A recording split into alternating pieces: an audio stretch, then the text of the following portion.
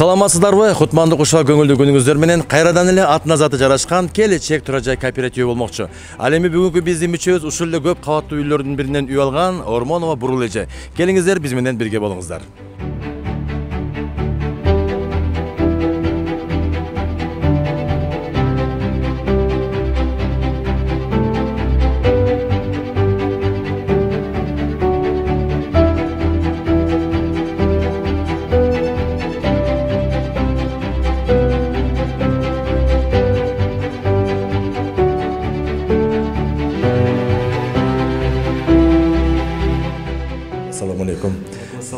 Көз таныш болсак, аты жөнүңүз? Рахмат. Алимардан менен атым, фамилиям Сафаралиев. Алимардан. Келечек кооператив жөнүндө ошол жаңы түптөлгөн күндөн баштап эле көз салып келдик. Ошо 2019 жылдын аяктары болчу. Анан биринчи ушундай анализдеп, салыштырып көрдүк ар кандай кооперативдер менен. Эң эле маанилүү жери бул документти ошо пайшыктын өзүнө каттайт экен да. Ооба. Ошол жери көп мындай доверие, ишеничтүү болду да. Анан башында кичине мындай чогулткан акчабыз эметпей атты, жетпей атты. Андан кийин эле уже коронавирус болуп, сыртта жүргөнгө байланыштуу келе албай жүрдүк 1 жыл. Кайсы жерде иштейсиз ошондо? Сыртта болгондо. Финляндия мамлекетинде. Канча жыл болду аяка кеткениңизге? Бир 2-3 жылга уже. Ал жерде сыр болбосо эмне жумуш аткарасыз? Ошол бир заводдордун биринде эле мындай. Жакшы экен, жакшы. Демек өзүңүздүн үй бүлөңүздү каржылап, камсыздап турат экенсиз да, Кудай буйруса, Кудайга шүгүр. Анан атыңызды да бир айтып койсоңуз. Атым Алимардан. Алимардан деп мындай башкачараак ат экен да, бул эмнени билдирет негизи? Атын жөнүндө айтып берсем, мен атам ошол армияда жүргөндө өзүнүн ошол чогуу кызмат кылган досу экөөсү сүйлөшүп, анан мен багал болсом, ушул сенин атыңды коем деп. Алимардан деп. Мындай орусча айтканда необычный, экзотический деп айтып атат. Эми мен Алимардан менен таанышып атын сураганым себеби да бир бизге деле кызык болду. Эмнеси болсо дагы ошол атына заты жараштуу болот деп коет эмеспи? Өзүңүз да чет мамлекеттин жарандарына окшоп кетет экенсиз да? Жок, Кыргызстан. Кыргызстан эле? Тамаша. Эми Алимардан айтсаңыз, баягы сөздөн ишке өтөлү. Негизи эле мына ошол Келечек турак жай кооперативини сиз кимден уктуңуз дегендей да? Келечек кооператив жөнүндө мен ошол түптөлгөн күндөн баштап эле билем. Ачылган интернеттен ошол 2019 жылдан бери ошол биринчи күндөрдөн баштап. Анан башында кичине мүмкүнчүлүк болбой атты. Андан кийин коронавирус болуп калды, келе албай жүрдүк. Анан ошо былтыр мүмкүнчүлүк болуп келип жазылып кеткенбиз, пайшык болуп, мүчө болуп, биринчи взносторун төгүп. Ошондо сиздер канча миллионго жазылдыңар биринчи? 2,5 миллионго. 2,5 миллионго жазылып, анын 25%-ын бердиңиздер, ооба. Вступительный да бердиңиздер, 4%. Ооба. Буга чейин мисалы сиз айтып атасыз, мен интернеттен башка жактан көрүп көп эле кооперативди салыштырдым депчи.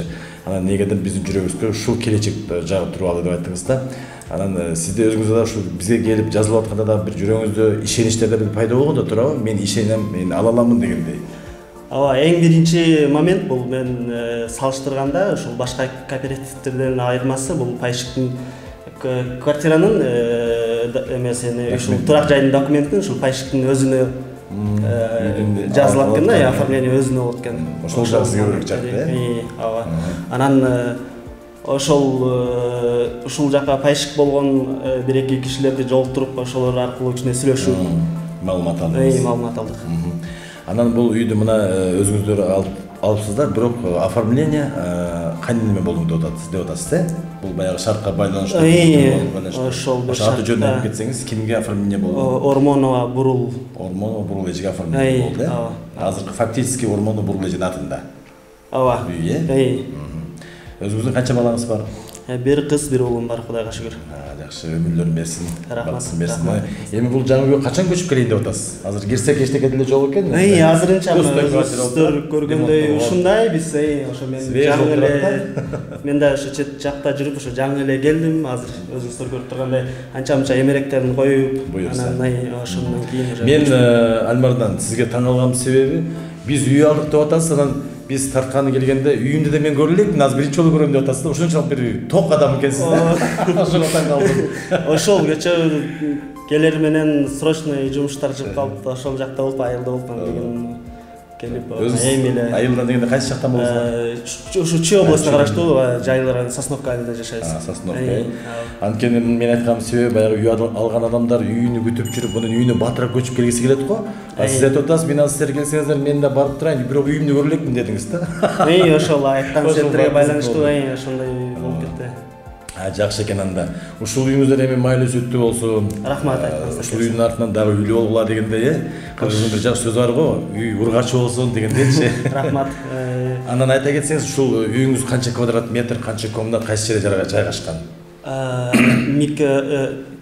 Улан 2 микрорайонунда жайгашкан.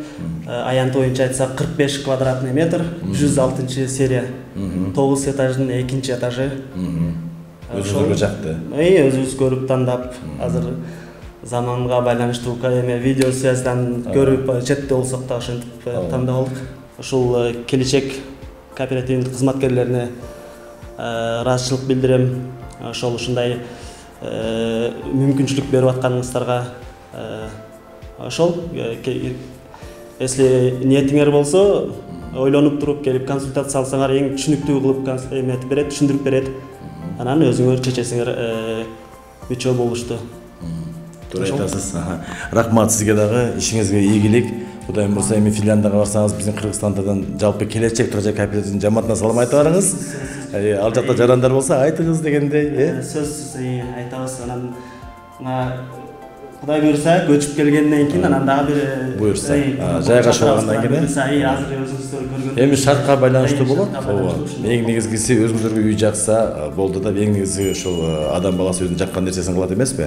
Буйрса өзүңүз айткандай эмкиде сиздер толук көчүп келгенде биз сөзсүз дагы келип куттуктап кетебиз деген ойдобуз. Бар болуңуздар, ийгиликтүү болсун. Ийгилик сиздерге.